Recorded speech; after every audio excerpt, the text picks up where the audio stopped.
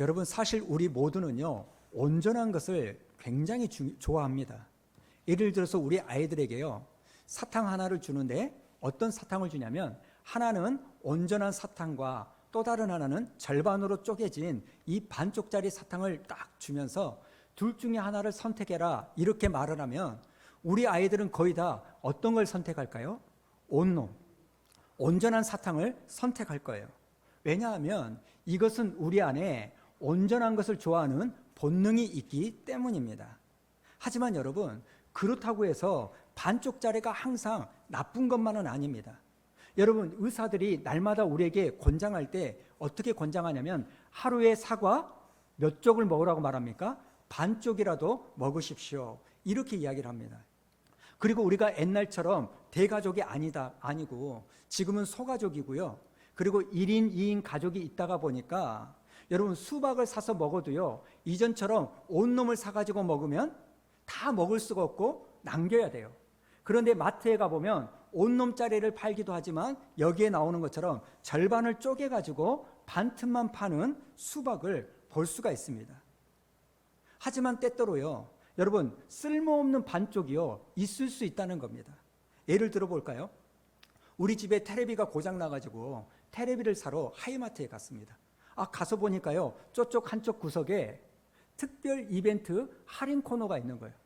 뭔가 가서 보니까요, 최신품 이 100인치짜리 TV가요, 엄청 얇은 TV가 우리나라 돈으로 300만 원이 넘는데 이게 3분의 1 가격으로 판다는 거예요. 대박 아닙니까? 그런데 가서 봤더니요, 그 TV가요, 온놈 TV가 아니라 너무 비싸서 사람들이 못 사니까 반 틈만 잘라가지고 TV를 판다고 생각해 보세요. 그렇다면 여러분은요, 아무리 3분의 1 가격, 아니요, 20만 원만 주면 살 수 있다고 하는 최신 TV를 할지라도 절반짜리, 반쪽짜리 TV는요, 절대로 사지 않을 겁니다. 그러니까 여러분, 이 반쪽짜리에도요, 쓸모있는 반쪽이 있고 아무 쓸모자가 없는 반쪽이 있다는 거예요.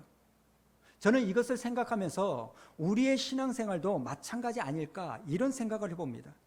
여러분, 우리가 가지고 있는 이 믿음도요, 온전한 믿음이 아니라 반쪽짜리 믿음은요, 아무 쓸모가 없다는 거예요. 그래서 저는 오늘 여러분과 이 반쪽짜리 믿음에 대한 말씀을 좀 나누려고 하는데요, 사실 성경을 보면 반쪽짜리 믿음에 대한 문자적 가르침은 없지만 성경의 여러 곳곳의 내용을 보면 반쪽짜리 믿음, 반쪽짜리 신앙인에 대한 이야기를 하고 있습니다. 예를 들면 누가복음 18장에 보면 어느 날 부자 청년이 예수님을 찾아오죠. 그리고 예수님께 질문을 드립니다. 선생님, 내가 어떻게 해야 영생을 얻을 수 있습니까? 내가 어떻게 해야 구원을 받을 수 있습니까? 이렇게 질문을 하니까 예수님께서 19절과 20절에 뭐라고 말씀하시냐면, 자, 19절 20절 읽어볼까요? 시작. 예수께서 이르시되 네가 어찌하여 나를 선하다 일컫느냐? 하나님 한 분 외에는 선한 이가 없느니라. 내가 계명을 안 하니 간음하지 말라, 살인하지 말라, 도둑질하지 말라, 거짓 증언하지 말라, 내 부모를 공경하라 하였느니라.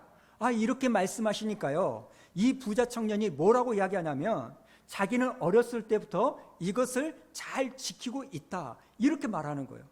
그러자 예수님이 다시 이 부자 청년에게 이렇게 이야기하는데요, 22절 우리 한번 읽어볼까요? 시작. 예수께서 이 말을 들으시고 이르시되 내게 아직 한 가지 부족한 것이 있으니 내게 있는 것을 다 팔아 가난한 자들에게 나눠주라. 그리하면 하늘에서 내게 보화가 있으리라. 그리고 와서 나를 따르라 하시니. 이런 말을 듣자 부자 청년이 어떻게 합니까? 자기에게 재물이 많은 거로 이 말씀으로 인하여 슬픈 기색을 띠고 떠나갔다는 겁니다. 그렇게 떠나가는 이 부자 청년을 보시고 예수님께서 제자들에게 이렇게 말씀하시는데요, 24절과 25절 우리 한번 읽어볼까요? 시작. 예수께서 그를 보시고 이르시되 재물이 있는 자는 하나님의 나라에 들어가기가 얼마나 어려운지 낙타가 바늘기로 들어가는 것이 부자가 하나님 나라에 들어가는 것보다 쉬우리라 하시니. 여러분, 지금 이 예수님의 말씀의 의미가 뭘까요? 부자는 하나님의 나라에 들어갈 수 있다 없다? 가능하다, 불가능하다? 불가능하다는 거예요. 이런 엄청난 이야기를 들으니까 제자들이 예수님께 다시 묻습니다. 그렇다면 누가 구원을 얻을 수 있습니까? 그러자 예수님이 27절에 뭐라고 말하냐면 이르시되 무릇 사람이 할 수 없는 것을 하나님은 하실 수 있다. 여러분 27절의 말씀의 의미가 뭘까요? 지금 이 부자 청년은요 어떻게 영생을 얻으려고 해요? 자기가 했던 행위로, 자기의 행위로 구원을 받으려고 합니다. 나 10계명 다 지켰다는 거예요. 여러분 이 부자 청년은요 10계명은 물론이고요 어렸을 때부터 하나님 앞에서 완벽한 삶을 살려고 엄청난 애를 썼습니다. 여러분 이건 대단한 거예요. 여러분 이 세상 어느 누가 예수님 앞에서 저는 10계명을 다 지켰습니다 이렇게 말할 수 있는 사람이 누가 있겠습니까? 그런데 이 청년의 문제가 뭡니까? 이 부자 청년은요 반쪽짜리 믿음을 가지고 있는 거예요. 지금 예수님께서는 우리의 노력으로는, 우리의 행위로는 결코 구원을 받을 수 없다. 예수님을 믿는 믿음이 없이는 우리의 행위로 하는 모든 모습은 반쪽짜리 믿음이고 그 반쪽짜리 믿음으로는 구원을 받을 수 없다는 겁니다. 사랑하는 성도 여러분, 오늘 하나님께서 저와 여러분에게 이런 반쪽짜리 믿음에 대하여 이야기를 하고 있습니다. 그리고 너희는 반쪽짜리 믿음, 반쪽짜리 그리스도인이 되지 말고 온전한 믿음이 있는 그리스도인이 되라고 오늘 하나님께서 우리에게 요청한 줄로 믿습니다. 여러분 오늘 본문 말씀을 보면 이처럼 반쪽짜리 믿음을 가진 한 사람이 등장하는데요 아볼로라는 사람입니다. 자 24절을 보면 이 아볼로가 어떤 사람인지를 쭉 말하는데요 자 24절을 보십시오. 알렉산드리아에서 난 아볼로라는 유대인이 에베소에 이르니. 그러니까 이 아볼로는요 어디 지역 사람이에요? 아볼로에서 태어난 사람입니다. 여러분 이 아볼로는요 이스라엘에서 태어난 히브리파 유대인이 아니라 이방 나라에서 태어난 헬라파 유대인이에요. 여러분 이 아볼로가 어떤 사람인지에 대해서는 다음 주에 좀 나누기로 하고요 대신 먼저 우리가 여기서 알아야 될 게 뭐냐면 알렉산드리아라는 지명을 좀 알 필요가 있습니다. 여러분 이 알렉산드리아는요 지금의 이집트 북쪽에 위치한 그 도시입니다. 아프리카 북쪽에 있어요. 그리고 이 알렉산드리아라는 이 도시는요 자연적으로 사람들이 모여가지고 생긴 도시가 아니라 우리가 잘 아는 알렉산더 대왕 있지 않습니까? 이 알렉산더 대왕이요 전 세계를 점령한 다음에 자기의 이름을 따서 수없이 많은 도시를 만들었는데 그 자기의 이름을 따서 만든 도시들 중에 가장 큰 도시가 여기에 나오는 알렉산드리아 도시예요. 얼마나 큰 도시냐면 그 알렉산드리아 도시의 인구가 250만 명이라는 겁니다. 여러분 광주 인구가요 130만이라 하지만 실제로 그러지 않고 약 100만 명이 좀 넘은 이런 숫자라면 2배가 넘는 엄청난 도시고요. 더 놀라운 것은 그 250만 명의 인구 중에 100만 명이요 유대인들이었다는 겁니다. 그래서 그 당시 세계 제1의 도시는 로마고 세계 제2의 도시는 이곳 알렉산드리아 도시였습니다. 그러니까 당연히 이곳은요 철학과 정치와 문화와 예술과 이런 것들이요 활발하고 왕성했어요. 그리고 우리가 지식적으로 좀 하나 알 수 있는 것이 뭐냐면 여러분 여기 알렉산드리아에 사는 이 유대인들은요 성경을 너무나 귀하게 생각해서 성경을요 번역을 합니다. 왜 번역을 하냐면 조금 전에도 말씀드렸던 것처럼 이곳에 사는 사람들은요 이스라엘에 살지 않기 때문에 모국어인 히브리어 말을요 할 줄 몰라요. 그런데 성경을 읽으려고 하니까 어떤 어려움이 있어요? 히브리어를 다시 배워야 되는데 배우기가 참 쉽지 않는 거예요. 왜? 우리는 헬라 말을 하니까. 성경은 봐야 되겠고 히브리 말은 읽을 수 없으니까 이 성경을 읽게 만들도록 하기 위하여 알렉산드리아에 있는 70명의 학자들이 모여가지고요 구약의 39권을요 번역을 합니다. 헬라어로. 그 번역한 성경이 우리가 지금 읽고 있는 70인역 성경이라는 거예요. 여러분 이런 환경에서 태어난 이 아볼로는요 당연히 학문과 성경에 능통한 사람이었습니다. 자 24절을 다시 한번 보십시오. 24절에 보니까 알렉산드리아에서 난 아볼로라는 유대인이 에베소에 이르니 그 다음에 뭐라고 말하냐면 이 사람은 언변이 좋고 말빨이 좋은 거죠. 그리고 성경에 능통했다는 겁니다. 그리고 그 당시 이 알렉산드리아 사람들이, 특히 유대인들이요, 특이한 것이 있는데, 이 성경을, 구약의 성경을 쭉 읽을 때 이 구약의 말씀을요, 단지 하나님이 주신 율법이다 이렇게만 보지 않고, 이 구약의 말씀은 다시 오실 메시아를 기다리는 하나님의 뜻이 담겨 있다, 메시아 중심적으로 성경을 해석하는 거예요. 그러니까 이 아볼로가요, 그런 영향을 받고 자라는 거예요. 사실 이 아볼로는요, 예수님을 만난 적도 없고 사도들을 만난 적도 없습니다. 그럼에도 불구하고 이런 영향을 받아서 예수님에 대한 상당한 지식을 가집니다. 자, 25절을 우리 한번 읽어볼까요? 25절 시작. 그가 일찍이 주의 도를 배워 열심으로 예수에 관한 것을 자세히 말하며 가르치나 요한은 세례만 알 따름이라. 지금 아볼로는요, 일찍이 주의 도를 배워서 열심히 예수에 관한 것을 가르쳤습니다. 그런데 여러분, 특별히 25절 가운데 굉장히 중요한 단어 하나가 있는데요, 조사 하나를 보십시오. 자, 25절을 다시 보십시오. 그가 일찍이 주의 도를 배워 열심으로 예수에 관한 것을 자세히 말하며 가르치나. 여기서 중요한 것은 나가 중요합니다. 가르치나, 그 다음에 뭐만 알 뿐이에요? 요한의 침례, 세례만 알 뿐이라. 여러분, 이게요, 뭘 의미할까요? 지금 아볼로는요, 회개하라, 천국이 가까이 왔다, 우리의 죄를 용서하실 분이 내 뒤에 오신다라고 하는 이 침례 요한의 가르침은 알았지만, 정작 우리에게 생명을 주시는 예수님에 대해서는 정확히 알지 못했다는 거예요. 예수님의 죽으심과 십자가도 몰랐고요, 예수님의 부활도 몰랐습니다. 그리고 예수께서 하늘로 승천하신 이 사건도 몰랐고, 사도행전 2장에 나오는 마가의 다락방에서 임한, 비둘기같이 임한 성령의 임하심, 그리고 그 성령 하나님이 우리의 모든 삶을 주관하신다는 기독교의 가르침도 모른 겁니다.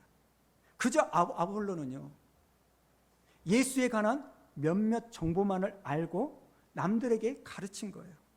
다시 말해서 오늘 본문에 나오는 이 아볼로는요, 반쪽짜리 그리스도인입니다.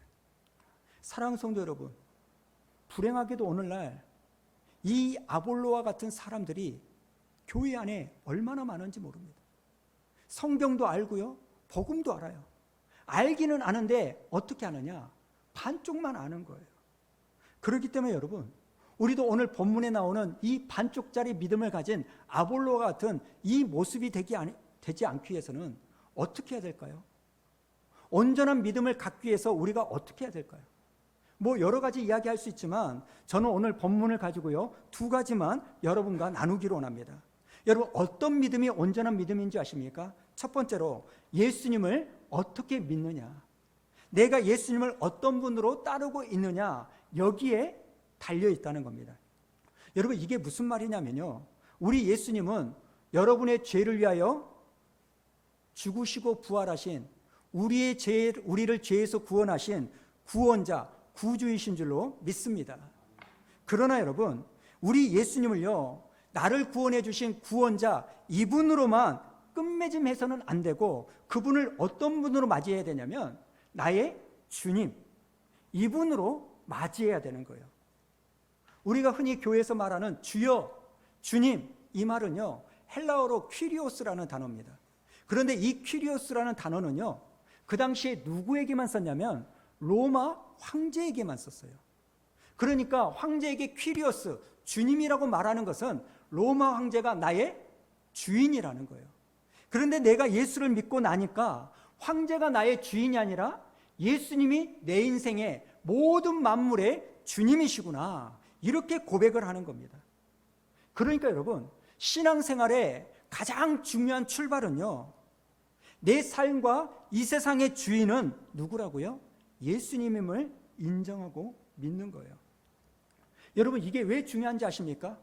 우리가 구원받는 구원의 조건이요, 여기에 담겨져 있어요.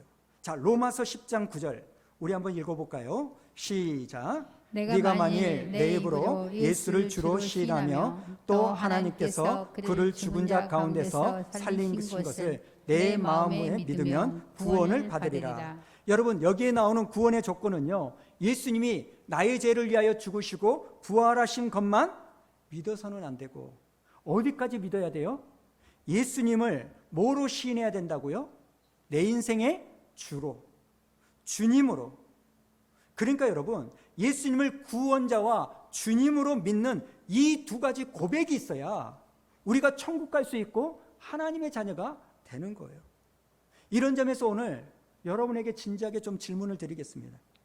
오늘 여러분은 예수님이요, 여러분의 죄를 위하여 죽으시고 부활하신 여러분의 구원자로 믿으십니까? 그리고 그것만이 아니라 내 인생의 주님이심을 고백하십니까? 이게 중요합니다. 그저 구주, 여러분, 구원받을 수 없어요. 오늘날 한국교회의 문제가 뭡니까? 왜 오늘날 예수 믿는 사람이 세상 사람들과 다를 바 없는 똑같은 욕심과 탐욕 가운데 살아갑니까? 그동안 우리는요, 이렇게 전도했거든요. 아, 일단 천국은 가야지. 천국은 가야지. 그러니까 일단 믿고 봐. 네 죄 있잖아. 죄 안 짓고 살았어? 그러니까 네 죄를 위해서 예수님이 죽으시고 부활하셨다는 거 믿어. 믿기만 하면 구원받아. 우리는요, 맨날 이것만 가르쳤어요. 그러다 보니까 이런 거 아닙니까? 거기에서 더 나아가 뭘 가르쳐야 돼요? 여전히 내 인생의 주인도 내가 아니라 하나님이심을 믿게 만드는 것이 구원의 조건이라는 겁니다. 여러분, 이런 사람들의 특징은요, 내 인생은 나의 것. 교회를 다녀도 예수를 믿는다 해도 이렇게 살아가는 사람이에요. 아, 예수님 좀 가만히 계세요. 가만히 계시고 내가 좀 어려운 일 당하고 내 마음에 허심허심할 때 그때 찾아오셔서 위로해 주시고 나에게 눈물을 흘리게 만들어 주시고 내 문제를 해결해 주시면 돼요. 이렇게 말하는 게 그런 사람들의 특징이에요. 사랑하는 성도 여러분, 여러분은 예수님을 어떻게 모시고 계십니까? 나의 피로만을, 나의 소망만을 채워주는 마치 알라딘의 요술 램프와 같은 그런 분으로 예수님을 모시고 있지는 않습니까? 여러분, 제가요, 여러분들도 마찬가지지만 핸드폰을 다 쓰고 있으실 거예요. 여러분, 제가 이 핸드폰을 아무리 잘 쓰고 있다 할지라도 이 핸드폰을 만든 설계자보다는 더 잘할 수가 없어요. 여러분, 제가 비행기를 타고 선교 여행을 가는데 갑자기 이 비행기를 운전하는 기장이요, 운전을 잘못해가지고 막 흔들리게 해요. 제가 참다 짜증이 나가지고요, 운전석 문을 확 열고 당신 나오라고, 차라리 내가 하라겠다고 이렇게 말할 수는 없습니다. 왜요? 나보다 누가 더 비행기를 잘 몰아요? 그 기장이. 마찬가지예요. 여러분, 우리가 하나님을 내 인생의 주인으로 모셔야 되는 이유가 여기에 있지 않습니까?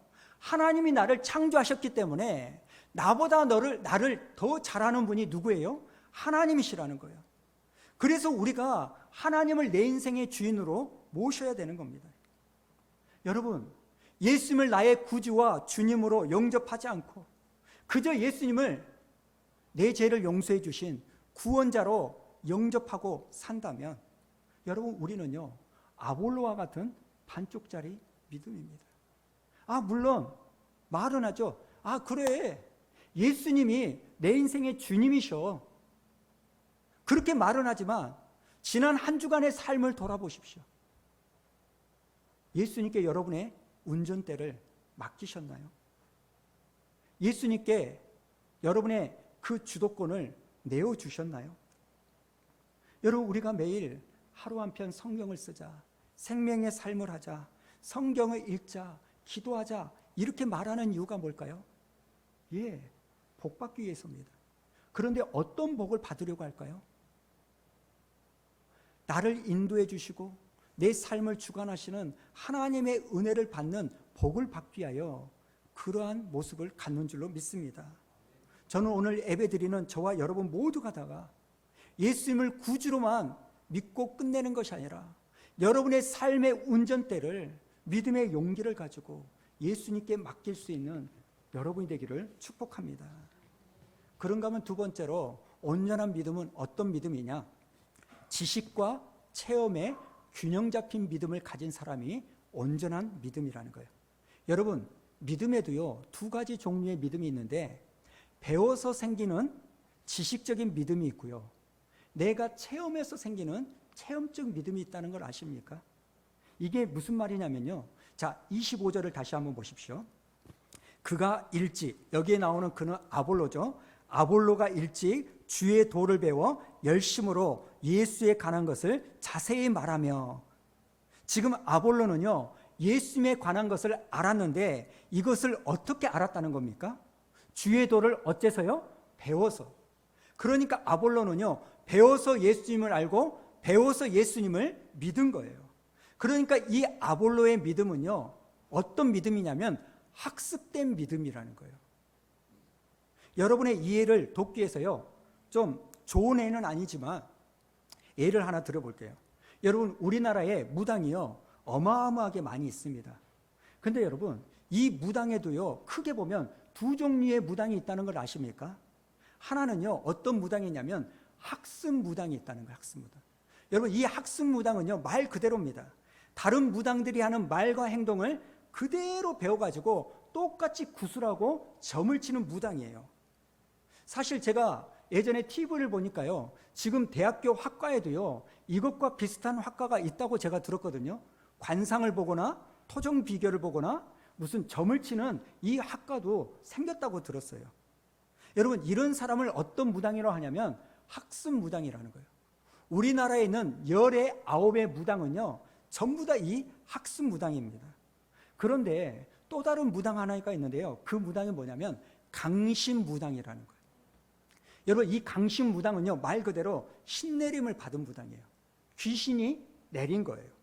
그래서 저 같은 사람이 그런 강신 무당을 딱 만나잖아요. 그러면 제가 목사인 것을 말하지 않았어도요, 뭔지 알고 아유 목사님 어서 오십시오, 이렇게 인사를 해요. 왜요? 귀신 신내림을 받았기 때문에 대번에 알아봅니다. 그런데 그렇게 알아맞히는 것을요, 무서워할 필요 없어요. 귀신들도요, 가끔은 맞는 말을 합니다. 여러분, 이 강신무당은요, 신내림, 귀신 내림을 받았기 때문에 특징이 뭐냐면요, 뭘 타요? 작두를 탈 줄 알아요. 아까 말씀드렸던 학습무당은요, 절대 작두 위에 칼춤을 출 수가 없어요.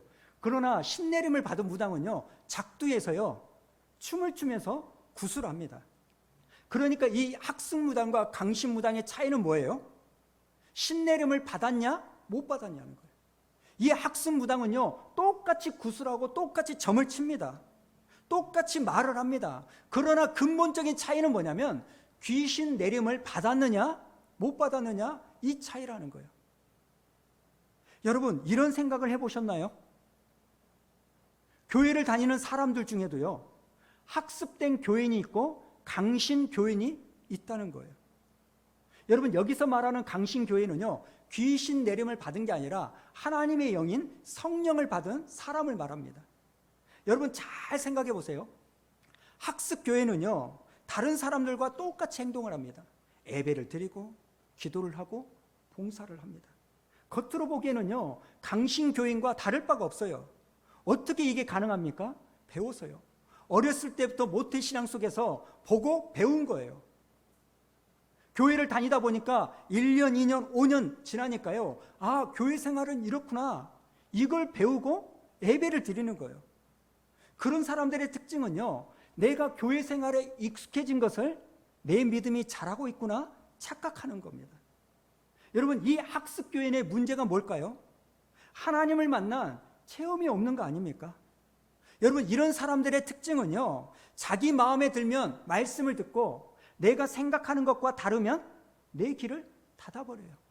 내 기분이 괜찮으면 교회를 나오고요, 내 마음이 불편하고 화가 나고 보기 싫은, 꼴 보기 싫은 사람이 있으면 교회를 안 와버려요.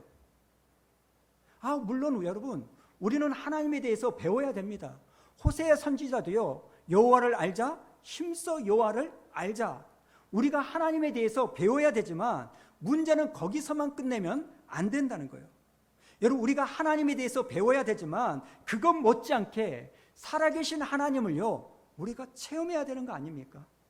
남이 가르쳐줘서 목사가 설교 가운데 알게 된 그런 객관적인 하나님만이 아니라 주관적인 하나님, 지금도 살아계셔서 내 안에서 역사하시고 나같이 보잘것없는 사람에게도 찾아오셔서 나를 인도하시고 보호하시고 위로해 주시는, 누가 뭐라해도 나는 하나님의 살아계심을 부인할 수 없어, 이런 고백을 할 수 있는 이런 주관적인 하나님을 경험해야 오늘날 이 험한 세상에 우리의 믿음을 붙잡을 수 있지 않을까요?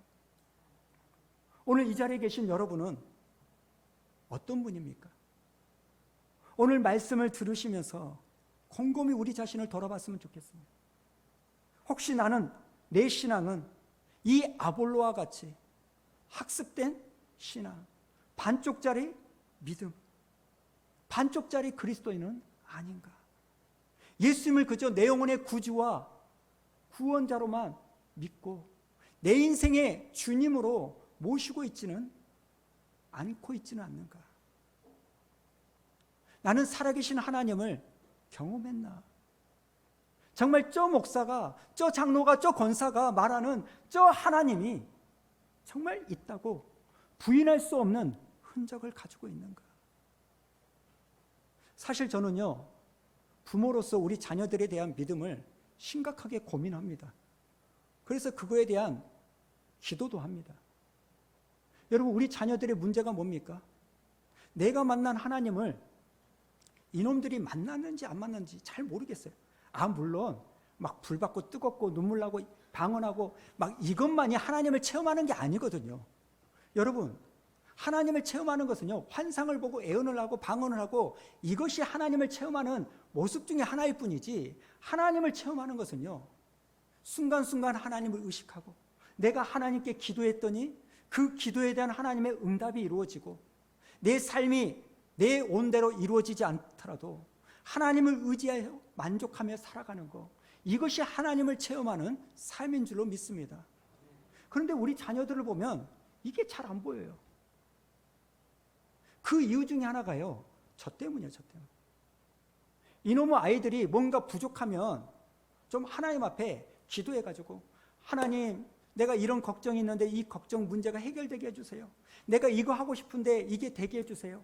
나 이거 갖고 싶은데 우리 엄마 마음이 부드럽게 돼가지고 허락하게 해주세요. 이런 기도를 좀 하게 해야 되는데, 예전에 제가 야 임마 좀 기도 좀 해봐라, 제가 둘째한텐가 이런 이야기를 했더니 이놈이요 저에게 충격적인 이야기를 했잖아요. 기도할 필요가 뭐가 있어, 아빠가 다 해주는데. 제가요 그 이야기를 듣고 충격을 받았어요. 그 이후부터는 웬만해서는 바로바로 안 들어주려고 노력을 합니다만 참 쉽지가 않습니다. 여러분, 우리의 삶이 어쩝니까? 살아계신 하나님을 경험하고 계십니까? 이 세상 사람들이 교회를 비난하고 하나님을 조롱한다 할지라도 나만큼은 하나님의 살아계심을 믿어, 나만큼은 하나님의 살아계심을 보여주겠어, 믿음의 사람의 모습을 드러내겠어, 이런 모습을 가지고 있냐는 겁니다. 오늘 우리가 이 말씀에 비추어 보니까 이런 생각을 가지고 있는 분들이 계실 거예요. 나는 반쪽짜리 그리스도인이었네. 여러분, 괜찮습니다. 왜냐하면 오늘 우리가 드리는 이 예배가 하나님이 우리를 사랑하셔서 반쪽짜리 그리스도인이 아닌 온전한 믿음을 갖도록 허락하신 예배인 줄로 믿습니다. 오늘 우리가 읽고 내용은 설명하지 않았지만 이 반쪽짜리 아볼로를요, 하나님은 내버려 두지 아니하고요, 브리스길라와 아굴라를 보내셔서 주님의 도를 더욱더 자세히 가르침으로 예수는 그리스도라는 믿음의 확신을 가지고 살아가도록 만드신 것처럼, 오늘 여러분과 저희들의 삶의 모습은 이런 반쪽짜리 믿음이 있다 할지라도 예수는 구주요 주님이시다, 나는 배워서 믿는 인생이 아니라 체험을 가진 믿음이다라는 이 삶의 모습으로 자리매김할 줄로 믿습니다. 오늘 시간 우리 예수님을 그런 주님으로 모셔서 이번 한 주간에도 승리하는 저와 여러분 되시기를 축복합니다.